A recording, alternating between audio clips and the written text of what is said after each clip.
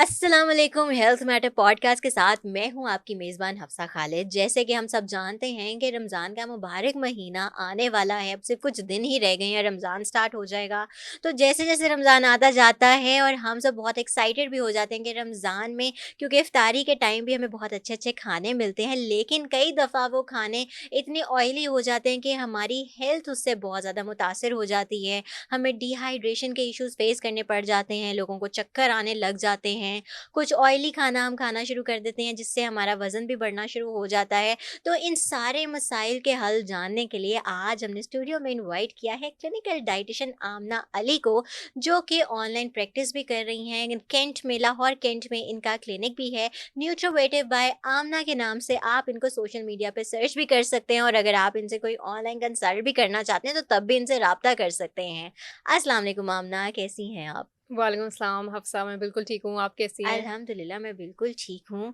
Thank you so much, आप यहाँ पर आज आई हैं, और जैसे कि आप वेट लॉस और पीसीओएस एक्सपर्ट हैं तो हमारी ऑडियंस के लिए काफ़ी फ़ायदेमंद साबित होने वाला है यहाँ पर आपके साथ जो हमारी डिस्कशन होगी। जी, बिल्कुल, thank you so much for having me. आपने मुझे इनवाइट किया, बहुत थैंक अच्छा यू, लगा थैंक आपके यू। साथ बात करके। अच्छा, अब जैसे रमज़ान आता जा रहा है, डिहाइड्रेशन के इश्यूज़ बहुत ज़्यादा हुँ, बढ़ जाते हैं, क्योंकि हमारी जो डाइट है और जो स्पेशली हमारे यंगस्टर्स हैं, हुँ, इनकी रूटीन कुछ इस तरह की होती है कि सहरी में भी कुछ इस तरह की ग़िज़ाएँ खा हुँ, लेते हैं, और सारा दिन में भी पानी का जो इस्तेमाल बहुत ज़्यादा इम्पोर्टेंट है। वैसे पिएँ ना हुँ, पिएँ, लेकिन हाँ, रमज़ान में इनको पानी की बहुत ज़रूरत भी पड़ती है, इनका हाँ, दिल भी करता है और डिहाइड्रेशन के मसाइल भी आ जाते हैं। तो हुँ, ऐसी कौन-सी रीज़न्स हैं जिसकी वज़ह से हमें डिहाइड्रेशन का सामना करना पड़ता है? पहले तो हम मैं जी। चाहूँगी कि आप वो एक्सप्लेन करें।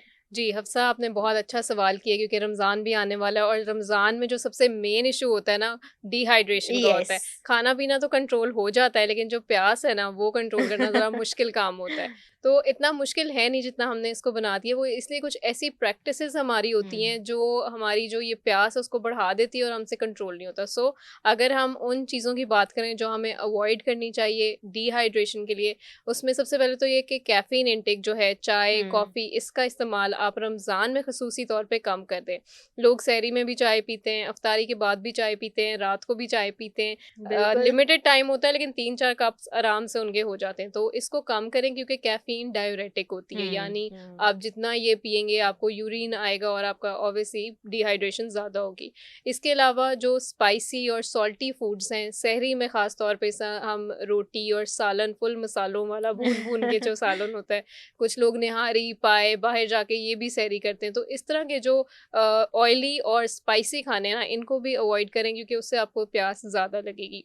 इसके अलावा अगर मैं बात करूँ कि क्या चीज़ें लेनी चाहिए, जो हुँ, हमें डिहाइड्रेशन में उसको कंट्रोल करने में हेल्प करेंगी, तो आप ऐसे खाने खाएँ जिसमें पानी ज़्यादा होता है। जैसे कुछ फ्रूट्स हैं, हुँ, मेलन्स हैं, वाटरमेलन है, खरबूजा है, तो इस तरह के जो फल हैं इनके अंदर 90% वाटर है। इसी हुँ, तरह अगर मैं सब्जियों की बात करूँ, क्यूकम्बर जो है उसके अंदर भी काफ़ी मिकदार में पानी मौजूद है। तो ये जो फ्रूट्स और वेजिटेबल्स पानी से भरपूर है, इनका इस्तेमाल करें और अफ्तारी से सहरी तक का जो टाइम है उसमें वाटर इंटेक आप अपनी अच्छी रखें।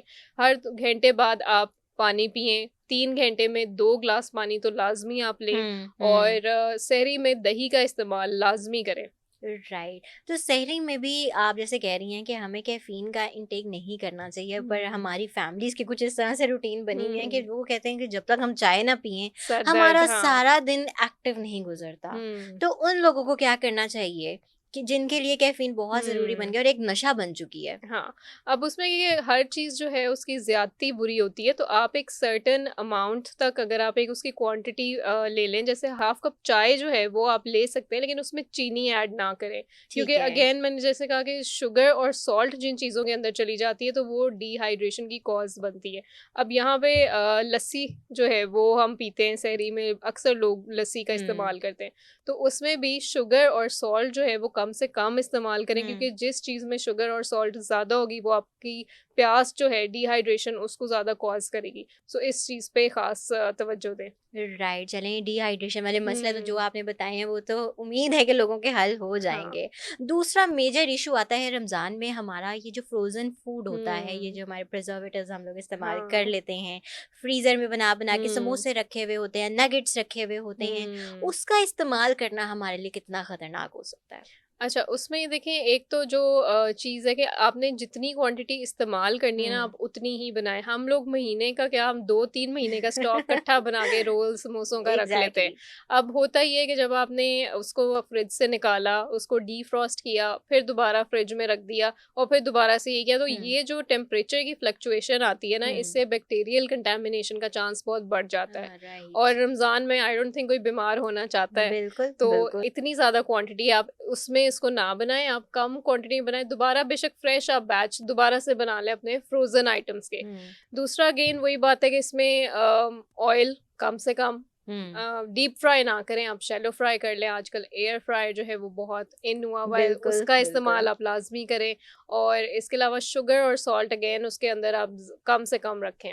राइट। तो ये हमारे वज़न बढ़ाने में भी क्या थोड़ा-सा हमें नुकसान दे देता है? क्योंकि अक्सर होता है ना, हम्म, लोग बहुत ज़्यादा कॉन्शियस होते हैं हाँ। लेकिन इस तरह के खानों से परहेज़ नहीं कर सकते। हम्म। तो ये वज़न के लिए वज़न बढ़ाने में किस तरह से नुकसानदेह साबित होता है? अच्छा, हफ्सा मैं एक मज़े की अब बात आपको बताऊँ। अभी रमज़ान डाइट प्लान के लिए क्लाइंट्स आ रहे हैं कि हमें हुँ। रमज़ान डाइट प्लान चाहिए, तो सबसे पहली चीज़ वो ये बोलते हैं, हमारे रोल समोसे नहीं छूटने चाहिए, हमने हुँ, खाना सब कुछ है, ऐसा डाइट प्लान दें जिसमें हम ये फ्राइड आइटम्स भी इंजॉय करें।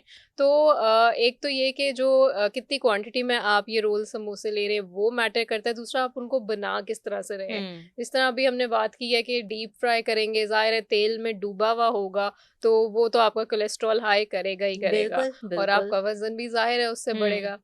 1 महीने में ही हम इतना रमज़ान में वज़न बढ़ा लेते हैं जितना हम 3-4 महीने में नहीं हमारा एग्ज़ैक्टली, बढ़ता। एग्ज़ैक्टली। तो वो उसकी वजह यही है कि हम इस तरह की जो फ्राइड आइटम्स खा रहे हैं, फ्रोज़न आइटम्स खा रहे हैं, वो है, और बहुत ज़्यादा खा रहे हैं। हुँ, आप 1 या 2 ले लें, दैट इज़ फाइन। आप उसको एयर फ्राई करके ले लें, उसका ऑयल जो है वो टिश्यू से अच्छी तरह रिमूव करके आप उसको हुँ। उस तरह से ले लें, लेकिन ज़्यादा मिकदार में ना लें। ज़्यादा मिकदार में ना लें, मतलब कंट्रोल करके हाँ। लें। राइट। अच्छा, जहाँ पे ये समोसे, रोल और इस तरह की आइटम्स की बारी आती है, फ्राइड आइटम्स हम बहुत ज़्यादा इंटेक कर लेते हैं, हुँ, वहीं पे लोगों को स्टमक एसिडिटी का प्रॉब्लम बहुत ज़्यादा हो जाता है। हुँ। तो ये स्टमक एसिडिटी रमज़ान में, ये इसकी क्या रीज़न होती है? ये होता क्यों है मसला?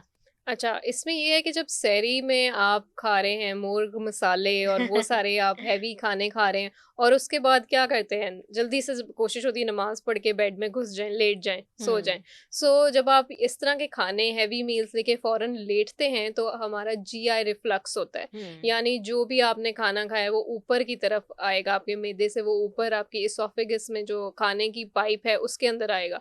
तो उससे एसिडिटी, जलन और ये सारी तेज़ाबियत, ये चीज़ें होंगी। हुँ, तो सबसे बड़ी जो मैं टिप देना चाहूँगी यहाँ पे वो यही है कि आप सहरी करने के बाद या वैसे भी नॉर्मल रूटीन में भी अगर आप खाना खाते हैं, तो उसके बाद फ़ौरन से ना बैठें, ना फ़ौरन से लेटें। हुँ, कोशिश करें कि आप हल्की-फुल्की वॉक कर लें और एटलीस्ट आधा घंटा दें अपनी बॉडी को, ताकि वो डाइजेस्ट करे चीज़ें, और फिर उसके बाद आपने अगर बैठना है या लेटना है वो आप कर सकते हैं। और दूसरा यही कि दही का इस्तेमाल लाज़मी करें, ठंडी चीज़ें जो हैं सहरी में उनका इस्तेमाल करें।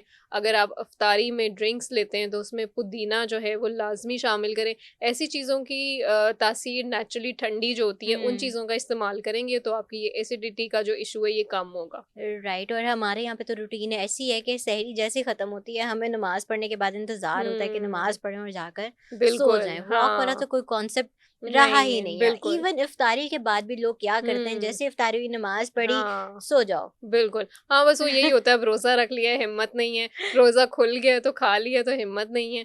तो यही अपनी थोड़ी आप लाइफ़स्टाइल चेंजेज़ अपने अंदर लाएँ तो सब कुछ हो सकता है। राइट। अच्छा, यहाँ पे मैं आपसे और एक और चीज़ भी जानना चाहूँगी कि स्टमक एसिडिटी की हम बात करें तो ऐसे हुँ, कौन-कौन से इंग्रीडिएंट्स होते हैं जिनको हम हुँ, रमज़ान में इस्तेमाल करें, तो हाँ। स्टमक एसिडिटी से हम बच भी सकते हैं? हुँ। जैसे मैंने आपको भी बताया कि ठंडी चीज़ों की जो हुँ, जिनकी तासीर है वो आप लाज़मी, मिंट लीव्स जो हैं, इफ्तारी में आप ड्रिंक्स ऐसे बनाएँ। अच्छा, इसमें लेमन जो है ना, बहुत सारे लोग अपनी ड्रिंक्स में लेमन ऐड करते हैं कि जी हमने वेट लूज़ करना है। ग्रीन टी है तो उसमें भी लेमन ऐड कर दिया। नो डाउट वो बहुत अच्छी चीज़ है। हुँ, लेकिन जहाँ एसिडिटी जिन लोगों को उसकी शिकायत रहती है, तो वो जो ये सिट्रस फ्रूट्स हैं या सिट्रस चीज़ें हैं, ऑरेंजेस हैं या लेमन्स हैं, इसको इतना ज़्यादा इस्तेमाल ना करें हुँ, क्योंकि इसमें विटामिन सी है और आपकी एसिडिटी में मज़ीद इज़ाफ़ा करेगी। सो इन राइट। चीज़ों को जो है आप अवॉइड करें, स्पाइसी, सॉल्टी, शुगरी चीज़ों को अवॉइड करें, तली हुई प्रोसेस्ड चीज़ें जो हैं उनको आप अवॉइड करें और नेचुरल चीज़ें लें। दूध दही का इस्तेमाल करें, हुँ, खजूरें खाएँ, फ्रूट्स खाएँ। राइट। और आपके मिंट से तो मुझे मिंट मार्गरीटा याद आ गया कि हाँ। अब तो वैसे भी वो आप जहाँ पे भी किसी रेस्टोरेंट वगैरह में भी चले जाएं कॉम्प्लीमेंट्री। तो बिल्कुल मिंट मार्गरीटा। तो आप लोग रमज़ान में जी मिंट मार्गरीटा हाँ, का भी इस्तेमाल करें, स्टमक एसिडिटी में बहुत फ़ायदा देगा, लेकिन उसका ये मकसद नहीं है कि आप उसमें चीनी घोल-घोल के उसका हाँ। शरबत बना के और पिएँ। दूसरी चीज़ उसमें जो कोल्ड ड्रिंक हम ऐड कर यस। देते हैं टेस्ट के पानी कम होता है और वो कोल्ड ड्रिंक ज़्यादा होती है, तो वो आप इतनी ज़्यादा शुगर उसमें डाल रहे हैं, सो वो मज़ीद हमें नुकसान पहुँचा देता हाँ। है। अच्छा, कुछ लोगों को ये भी बहुत सारे मसाइल होते हैं कि उनका वेट एक पॉइंट पे आके स्टक हो जाता है हुँ, और उसके बाद वो अपनी डायटीशियंस के पास जा के उन्हें शिकायत करते हैं कि हुँ, हम तो आपके सारे प्लान्स को फ़ॉलो कर रहे हैं, लेकिन हुँ, फिर भी हमारा वज़न यहाँ पे स्टक स्टक हो है। चुका है, ना कम हो रहा है, ना बढ़ रहा है। तो हुँ। उसकी क्या रीज़न होती है? बिल्कुल ऐसा ही है। मेरे पास अक्सर जो क्लाइंट्स आते हैं वो तभी आते हैं जब उनका वेट स्टक हो चुका होता है। सेल्फ एक्सपेरिमेंट्स करते हैं नेट पे, हुँ, डिफरेंट तरह की वो डाइट्स देख रहे होते हैं जो चीज़ ट्रेंडिंग में। अब आपको थोड़ी रिसर्च करनी चाहिए कि क्या हुँ, चीज़ आपके लिए फ़ायदेमंद हो सकती है, क्योंकि हर डाइट हर एक के लिए नहीं होती। तो राइट। जो बेस्ट चीज़ होती है, आप टाइमली अगर किसी हेल्थ केयर एक्सपर्ट न्यूट्रिशनिस्ट से कंसल्ट करें, वो आपको कस्टमाइज आपकी बॉडी टाइप के हिसाब से, हुँ, आपका जो लाइफस्टाइल है, रूटीन है, उसके हिसाब से वो आपको डाइट प्लान दें, तो आपका वज़न जो है वो गिरेगा। तो वेट स्टक इसीलिए होता है कि जब मेरे पास भी जो क्लाइंट्स आते हैं, हमें साल हो गए हमने रोटी नहीं खाई, हमें 6 महीने हो गए हमने रोटी नहीं खाई। अब इस तरह की जो डाइट है वो सस्टेनेबल नहीं है। आप उसको हुँ, कितना अरसा करेंगे? आप 6 महीने करेंगे, 3 महीने करेंगे, उसके बाद तो आपने अपनी रोटी चावल पे आना ही है। और हुँ, जब आपने वो चीज़ें दोबारा से अपनी डाइट में ऐड की, तो आपका वज़न बढ़ने लग गया। हुँ। सो हमेशा जो सस्टेनेबल वेट लॉस अप्रोच होती है, वही बेहतर होती है। पोर्शन कंट्रोल करें, कैलोरी डेफिसिट में खाएँ, सारा कुछ खाएँ, फ्रूट्स, वेजिटेबल्स, नट्स, हर चीज़ हेल्दी वेट लॉस करें। राइट। अच्छा, कुछ लोग ऐसे भी होते हैं ना, जैसे अब आप किसी न्यूट्रिशनिस्ट के पास जा रहे हैं, उन्होंने हुँ, आपको 15 डेज़ का एक डाइट प्लान दिया है। हाँ। 15 डेज़ तक आप उसको फ़ॉलो करते हैं और उसके बाद आप फ़ॉलो-अप के लिए हुँ, डायटीशियन के पास नहीं जाते और उसी को कंटिन्यू करते हैं। तो क्या हाँ। ये भी एक रीज़न बनती है जिससे आपका वेट स्टक हो जाता है? बिल्कुल, ये रीज़न बनती है। Diet plan is one part of your weight hmm, loss. दूसरा जो अहम पार्ट होता है वो फ़ॉलो-अप्स होते हैं और वो न्यूट्रिशनिस्ट का चेक एंड बैलेंस होता है आपके ऊपर। सो राइट। अगर आपने अपनी वेट लॉस जर्नी स्टार्ट की है या इवन वेट गेन जर्नी भी स्टार्ट की है, तो आप अपने माइंड में ये चीज़ बिठा के रखें कि ये 3 मंथ्स या 6 मंथ्स ये टाइम टेकिंग पीरियड होगा, और हुँ, इसमें आपको हेल्थ केयर या जो आपका न्यूट्रिशनिस्ट है, आपको उसकी हेल्प की ज़रूरत पड़ेगी। तो आप ये माइंडसेट के साथ डाइट प्लान ना लें कि ये 15 दिन का है, ये 10 दिन का है या ये 20 दिन का है। ये एक जर्नी है, लाइफ़स्टाइल चेंज है। सो आप इसको अपना लाइफ़स्टाइल बनाने में, ऑब्वियसली चेंजेस लाने में हुँ। टाइम लगता है। अगर मैं भी किसी क्लाइंट को कहूँगी कि आप आज से कोल्ड ड्रिंक्स छोड़ दें, तो अगर कोई एडिक्ट है वो नहीं छोड़ सकता, बिल्कुल, उसको बिल्कुल। टाइम लगेगा। सो अपने न्यूट्रिशनिस्ट को भी टाइम दें और उनके साथ मिल के काम करें। राइट। और जिस तरह की वो इंस्ट्रक्शंस आपको देती हैं हुँ, उसको फॉलो भी फ़ॉलो करें। करें, बिल्कुल। राइट। अच्छा, वेट स्टक में मैंने अक्सर लोगों से ये भी सुना है कि अगर डाइट प्लान उनको कोई दिया जा रहा हुँ, है, वो एक हफ्ता उसको फॉलो करेंगे और अपनी मर्जी से बीच में चीट मील्स को शामिल कर हाँ, लेंगे। पिज्ज़ा खा लिया, एक दफ़ा बिल्कुल। खाने से क्या होता है? हाँ। बर्गर खा लिया जी, एक दफ़ा हुँ। खाने से कुछ नहीं होता। तो ये भी क्या रीज़न बन जाती है? बिल्कुल, अक्सर लैक ऑफ नॉलेज जो है ना, वो एक बहुत मेन चीज़ है। अच्छा, अब हालाँकि मेरी जो क्लाइंट्स से, लोगों से बात हो रही होती है, उल्टा वो मुझे समझा रहे होते हैं कि नहीं, हमने ऐसे नहीं किया था, ऐसे किया था, तो ये ऐसे। तो मैं कहती हूँ आप मेरी भी सुन लें और किसी एक्सपर्ट की जो एडवाइस होती है वो आप फ़ॉलो करें। अब बहुत सारे लोग ना अपनी कैलोरीज़ ट्रैक करते हैं कि हम अपनी कैलोरीज़ में रह रहे हैं, तो हुँ, क्या इतना क्या इश्यू है, हम पिज़्ज़ा खाएँ, बर्गर खाएँ, हमारी कैलोरीज़ तो हम उतनी ले रहे हैं ना, हम पूरा दिन कुछ नहीं खा रहे, बस रात को हमने बर्गर ले लिया तो क्या। सो यहाँ पे आता है कि लैक ऑफ नॉलेज, और जो एक्सपर्ट आपको बता सकता है। अब आपने कैलोरीज तो अपनी देख ली, लेकिन हुँ, कार्बोहाइड्रेट्स, प्रोटीन्स, फैट्स, वो माइक्रोन्यूट्रिएंट्स, मैक्रोन्यूट्रिएंट्स आपके अंदर कितने जा रहे हैं, वो चीज़ें जो है वो आपको एक हेल्थ केयर एक्सपर्ट ही बता सकता है। बर्गर, पिज़्ज़ा आप खा रहे हैं, लेकिन जो अनहेल्दी फैट्स आपके अंदर जा रहे हैं, आपका वेट बेशक बढ़े ना बढ़े, आपकी बॉडी फैट परसेंटेज बढ़ हुँ, जाएगी, हुँ। इंचेस में आप गेन करेंगे। और फिर अगेन लोग शिकायत करते हैं कि हम तो इतना कम खा रहे हैं, वेट लूज़ नहीं हो रहा। तो वो इसी वजह से कि वो अनअवेयर होते हैं इन सारी चीज़ों से। Right. So these are the mistakes जो वो बेसिकली हाँ। अपने डाइट प्लान को फॉलो करते हुए करते हैं। मैं अक्सर जब हुँ, डाइटिशियन से बात करती हूँ ना, तो मुझे ऐसी हुँ। बातें करते हुए बहुत मजा आता है हाँ, क्योंकि उसमें लोगों की जो गलतियां हैं और हाँ, आपके पास जो पेशेंट्स आते हैं वो हाँ। क्लियर हो जाता है कि लोग क्या करते हैं। और हुँ, अक्सर जब हमारी वीडियोस भी लोग देखते हैं तो वो कमेंट हुँ। सेक्शन में बताते हैं हाँ जी, हाँ, ये काम हमने किया है। बिल्कुल। सो क्योंकि हम अपने इसलिए एक्सपीरियंस की बेस पे ब आप बात कर रहे एग्जैक्टली होते हैं। सो इसीलिए किसी डाइटिशियन को ब्लेम करना तो बहुत आसान होता है। आप अपने आप को भी देखें कि आप हम्म लोग कौन सी गलतियां कर रहे हैं। अच्छा, अब मैं चना, जो मेरा हम्म ख्याल है हर डाइटिशियन का बहुत ही एक फेवरेट हाँ इंग्रेडिएंट होता है कि वो हर हम्म खाने में अपने पेशेंट को चने ज़रूर बताते हैं कि आपको हम्म चनों का इस्तेमाल करना चाहिए। हम्म सो यहाँ पे मैं आज आपसे भुने हुए चने और मकई की हम्म बात करूंगी, जो हम्म आम आपको सड़कों पे हाँ मिल जाते हैं, कार्ट्स होती हम्म हैं, आराम से मिल जाता है।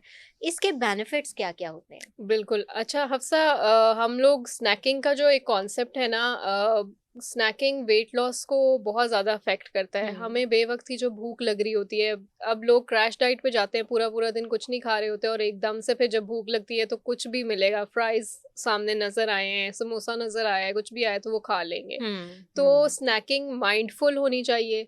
अगर आप जैसे रात को बैठे हुए मूवी देख रहे हैं, देखते देखते पूरा नाचोस और जो भी क्रिस्प आपको मिल रहे हैं, बिस्किट्स मिल रहे हैं, आप खा रहे हैं, तो हेल्दी स्नैकिंग करें। और उसमें चने और ये मकई जो है बहुत अच्छी हेल्दी स्नैकिंग की ऑप्शन है, हम्म। क्योंकि it's a very good source of protein. Hmm. चनों में आपको बहुत अच्छी मिकदार में प्रोटीन मिलती है, और प्रोटीन आपको चाहिए आपके वेट लॉस के लिए। हम्म। तो इसीलिए इसके बहुत सारे फ़ायदे हैं, और इसके अंदर बहुत सारे विटामिन्स और मिनरल्स हैं। जो विटामिन बी है आपकी स्किन के लिए भी बहुत अच्छा है, हम्म। बालों के लिए भी, नर्व्स के लिए भी, एनर्जी भी आपको देता है। सो अगर आप चाहते हैं कि आपको प्रोटीन मिले जिससे वेट लॉस हो और आप एनर्जेटिक भी फील करें, अपनी वेट लॉस जर्नी में थका थका ना फील करें, तो फिर आप इसका इस्तेमाल लाजमी भुने करें। हुए चने और हाँ। मकई, इससे आपको जायका भी आएगा और हुँ। आपके हेल्थ के लिए भी हाँ, बेनिफिशियल होगा। बिल्कुल। इसका इंटेक का बेस्ट टाइम कौन सा होता है? इसको दोपहर में लेना हुँ। चाहिए या इसको रात को, या कभी भी इस्तेमाल कर सकते हैं? अच्छा, हमारे 2 से 3 स्नैक टाइम्स होते हैं। 3 तो हमारे मेन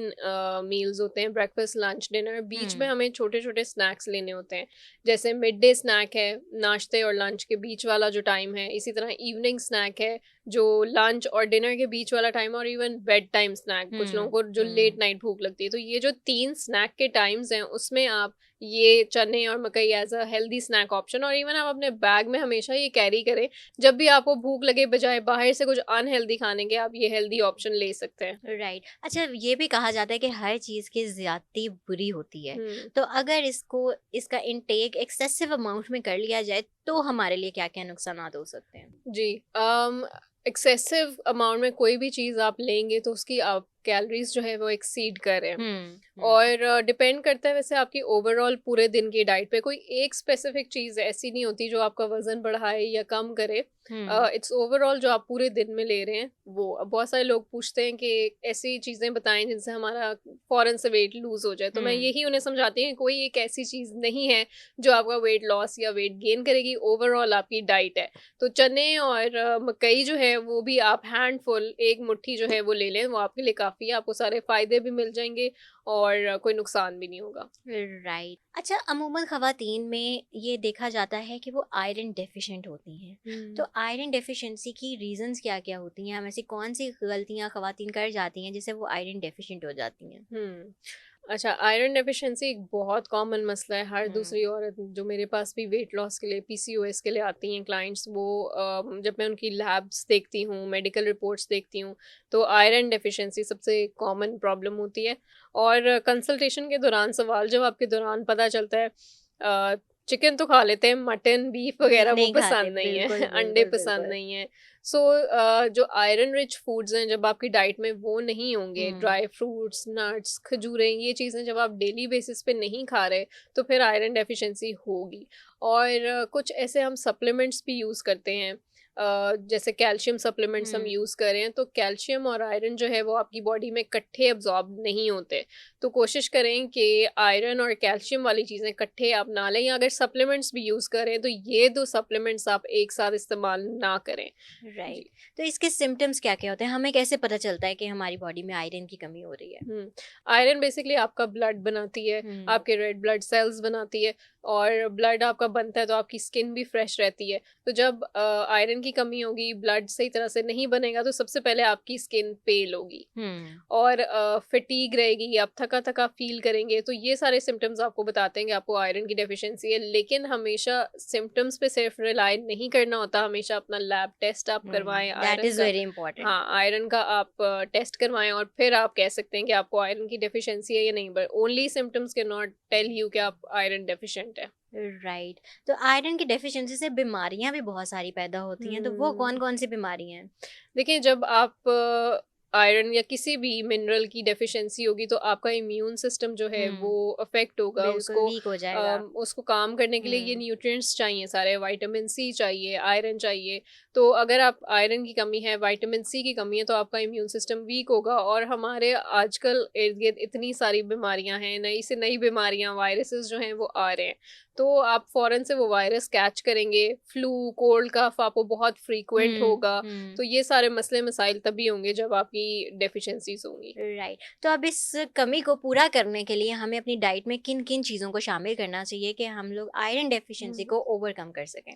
न्यूट्रिशन की फील्ड में एक टर्म इस्तेमाल की जाती है, varied and a balanced diet. Hmm. यानी हमारे डिफरेंट फूड ग्रुप्स हैं, सीरियल्स हैं, फ्रूट्स हैं, वेजिटेबल्स हैं, मीट, डेयरी, ये 5 हमारे जो फूड ग्रुप्स हैं। इनमें से आप सब कुछ लेंगे तो वो वेरीड डाइट है, वैरायटी ऐड करिए आपके खानों में। और बैलेंस्ड क्या होगा, अगर ये आप सारी चीज़ें पोर्शन कंट्रोल करके लेंगे। सो इसी सारी वेरीड और बैलेंस्ड डाइट को हम हेल्दी डाइट बोलते हैं। राइट, तो राइट। आप एक दिन में फ्रूट्स भी खाएं, वेजिटेबल्स भी खाएं, लेकिन उसकी क्वांटिटी आपको देखनी है। फ्रूट्स 4 से 5 एक दिन में आप ले सकते हैं, वेजिटेबल्स हैं तो 4 से 5 कप जो है हुँ, वो आप वेजिटेबल्स के ले सकते हैं। इसी तरह रोटी, राइस वो भी आप खाएं, राइस थोड़े से कम खाएं, रोटी बेशक आप नॉर्मल उस तरह खा सकते हैं।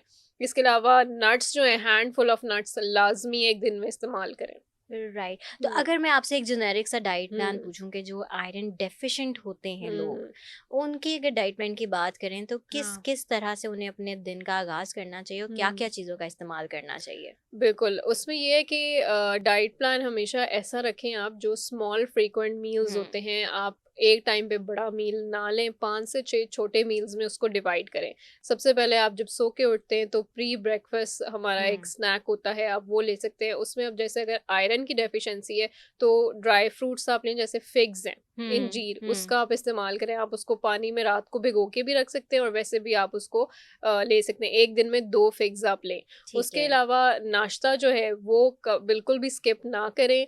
आप रोटी या ब्रेड लें, लेकिन उसके साथ कोई प्रोटीन, चिकन की सोर्स लाजमी लें ताकि आपकी आयरन पूरी हो। जैसे आप अंडा लाजमी लें, आप कोई चिकन का अगर सालन है उसकी बोटी ले लें, या हुँ, शामी कबाब घर में बने हुए होते हैं वो आप ले सकते हैं।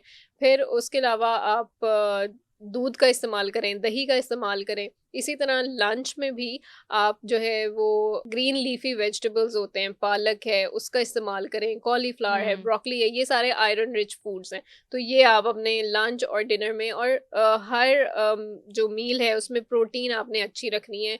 चिकन, मटन, फिश जो है आजकल सीजन भी है तो वो हुँ। लाजमी इस्तेमाल करें, आयरन की बहुत अच्छी सोर्स है। ग्रीन वेजिटेबल्स का इस्तेमाल भी हम्म। अब लोग वैसे देखा जाए तो बहुत ही कम करते हैं और हमारी जो हम्म। नौजवान नस्ल है वो सब्जियों से वैसे ही बहुत ज़्यादा हाँ, भागती है। भागती है। तो ग्रीन वेजिटेबल जैसे पालक हो गई, साग हो गया, मेथी हो गई, हम्म। इसकी हमारे लाइफ़स्टाइल में और हमारी हेल्थ के लिए क्या इम्पोर्टेंस है? ग्रीन लीफी वेजिटेबल्स जो होते हैं ना, वो न्यूट्रिएंट्स का बहुत अच्छा सोर्स है। आयरन की तो हमने काफ़ी बात की हुँ, ही है, लेकिन उसके अलावा पोटेशियम इनके अंदर बहुत ज़्यादा होता है, मैग्नीशियम बहुत ज़्यादा हुँ, होता है, और ये सारे जो न्यूट्रिएंट्स हैं बहुत फ़ायदेमंद आपके लिए साबित हो सकते हैं। एक गलती जो हम यहाँ पे करते हैं, हुँ, पकाने का हमारा जो तरीका है ना वो बिल्कुल। इतना अच्छा नहीं है।